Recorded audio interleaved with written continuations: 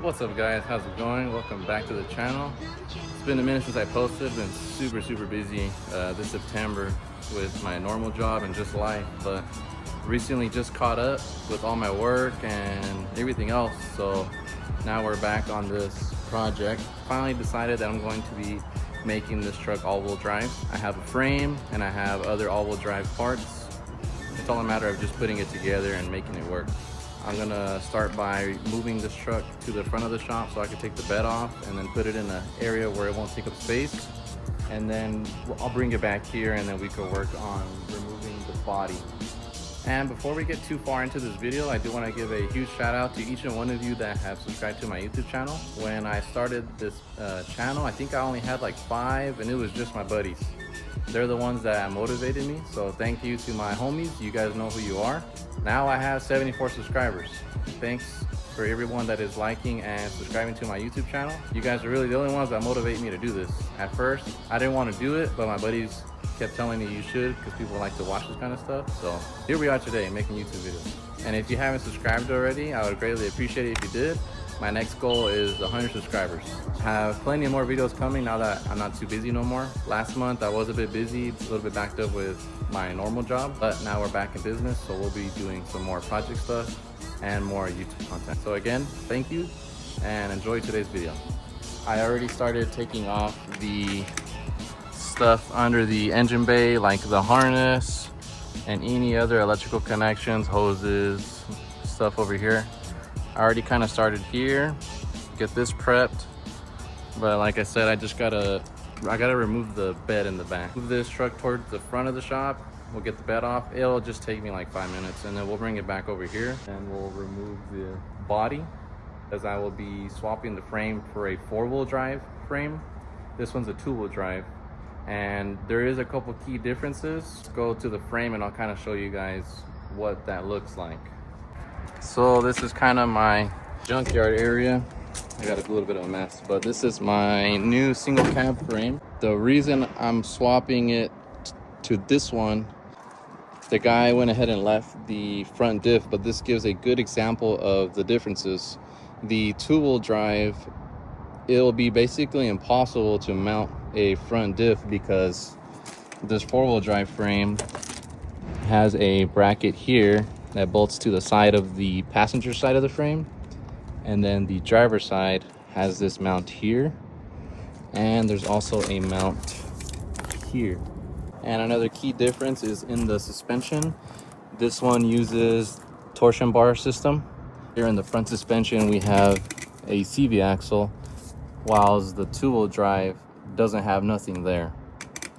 And then the shock mounting locations is a little bit off to the side to accommodate for the CV axle here. And you guys are probably wondering, how will I be making a 4x4 frame into a all-wheel drive system? And I'm going to show you guys exactly what I'll be using to accomplish this. This is a all-wheel drive system out of a Escalade. The mounting points are exactly the same as a normal 4x4 unit, except this doesn't have no electrical motor here. This just spins. See, so this is the all-wheel drive front diff out of a Escalade, and then this is also a all-wheel drive transfer case out of an Escalade as well. There's no motors or electrical anything on this. It's all mechanical. This is the input. This is what goes on the transmission side, and then this is where the rear drive shaft goes, and this is where the front drive shaft would go. I do know the 480 spline count is different, but they already sell this for the 480 if you ever wanted to convert it. So I will be taking this apart to swap this input shaft out for the correct one.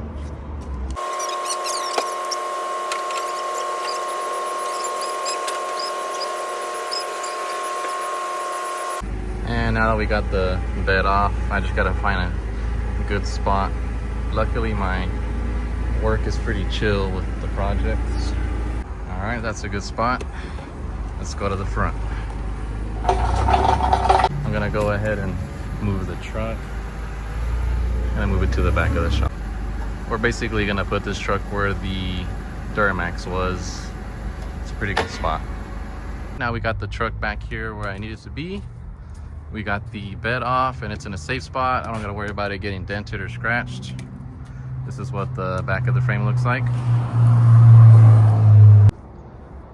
And then the front here is basically done. I already got the harness just kind of laid over the engine. Any hoses or electrical connections, they're out of the way or disconnected. And then same over here. Next thing that I have to do is remove the body mounts. There's gonna be 2 body mount bolts here, and then there's 2 on the driver's side and 2 on the passenger side. Once I get those bolts out, we'll be able to somehow put straps on this, and we can lift up the body, and then we'll just put it down exactly like how we did with the Duramax. I'm gonna get my tools and we're gonna take off the body mount bolts, and then we'll somehow strap this body and remove it, and then we'll just roll the frame forward. There's one here. That looks like 18 maybe. There. And there's one on the driver's side. And then I already got the e-brake cable disconnected and the shifter disconnected. And then we'll have this bolt here and this bolt here. After that, the body's basically ready, and then we just lift it up, put the transmission in neutral, and push it straight. Get this out just like that.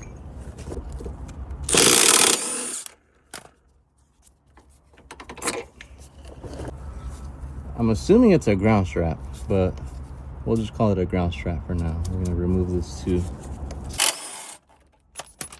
And then we're gonna do the exact same on the other side. Okay.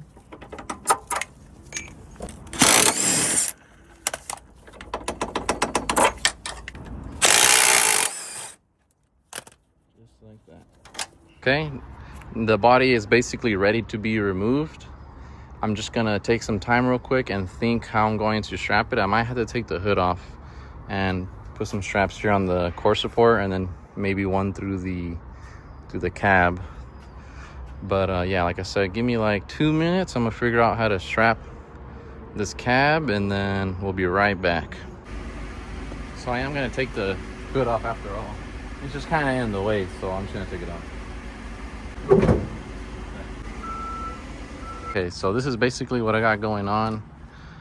Got a strap here, and then it loops through, and then theoretically speaking, if it goes up, we'll be able to just roll this out. So we'll just see what happens. This might work, or I might end up on one of those fail videos.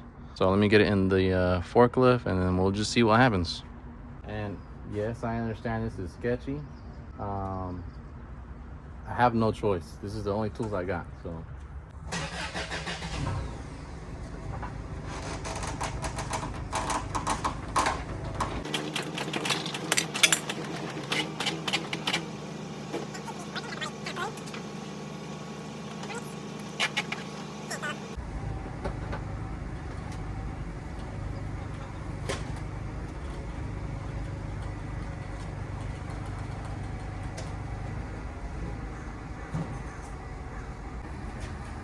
And the transmission's already in neutral, so whenever I feel ready, I can roll this out. I'm gonna go a little higher up.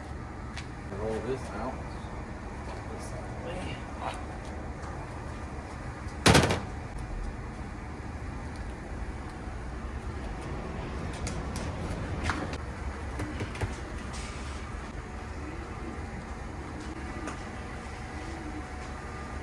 Okay, and then so this isn't in the air for so long, I'm gonna grab some tires. We'll lower the body down, and then we'll probably just wrap it up for today. Good amount of progress. So like I said, I'm gonna get some used tires, put this body down so it's not dangling in the air. Now I got the tires kind of where I want them to be. I got the 2 for the cab, and then I have one here for the front core support. And here we are. Finally got just the frame rolled over here in front. Got a nice little 6.0 480. There's nothing wrong with this frame at all, but remember, I'm trying to make this all-wheel drive, so this frame is completely different suspension system, and then there's no mounting brackets for the front diff. But there's nothing wrong with this frame. Still straight, never been in an accident. Just want to convert this to all-wheel drive. But here we have the frame, and the cab is right here. No motor. And there you go, guys. Got the rolling chassis out. We're gonna end the video here now. It's time for me to take a break, go home, eat some dinner, and maybe play some games. I do want to tell you guys again, thank you for watching my videos, and thank you to my 74 subscribers. If you haven't subscribed yet, go ahead and subscribe and help me reach my next goal, which is 100 subscribers. I'm not exactly sure when I will be getting the new frame next to it and swapping the stuff over. I need to figure out a day when that works with me during the week. But again, we're gonna end the video here. Thanks to each and one of you watching and liking my videos. You guys are the ones that motivate me to continue doing crazy projects like this. You guys might think I'm crazy for doing all of this work for a Silverado, and that's because I am crazy. Again, everybody, thanks for watching my videos. Stay tuned for the next one where we get the new frame ready, and we will be rolling it under the cab with all the all-wheel drive components. Catch you guys in the next one. Peace out.